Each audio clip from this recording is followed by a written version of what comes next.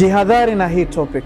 Kama unajua hauwezi kuangalia filamu ambazo zinaonesha watu wakiwa wameingiliwa na majini, tafadhali pita hii. Katika topic zangu mingi nimekuwa nikizungumzia masuala ya vitabu hatari, nimekuwa nikizungumzia masuala ya majini, na nimekuwa nikizungumzia masuala ya mashetani. Lakini leo hii naongea kitu cha tofauti kabisa.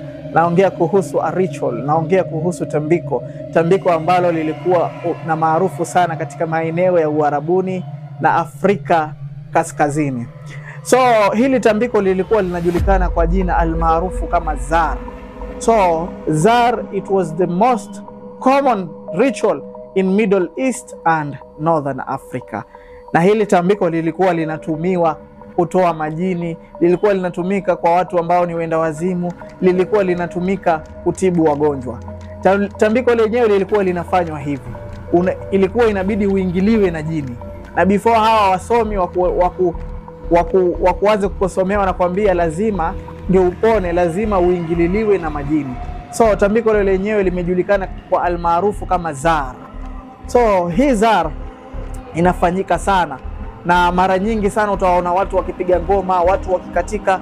Hii ndio jinsi ambayo wanatumia kufanya hii tambiko ya Zar.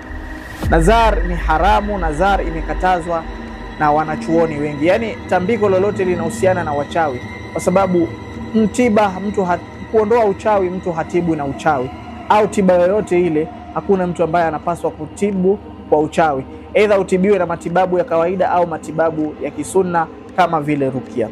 Kuna msomi mmoja wa Zar, na hii Zar ilikuwa haisomwi na mtu yoyote, isipokuwa ilikuwa kama umepewa urithi. Ndio ili usome Zar lazima familia yako ilikuwa inajua kusoma hiyo Zar, na wewe ulipatiwa kama urithi.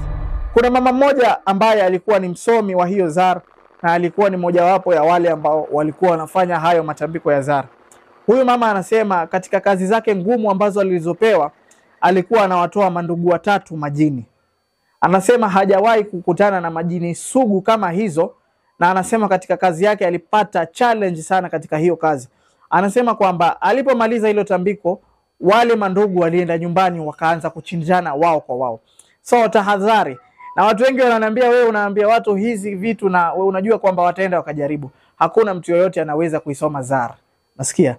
Si ati kwamba Zar iko, haiko, Zar iko, lakini ni mambo ya kurithishwa. Thank you, is the observer.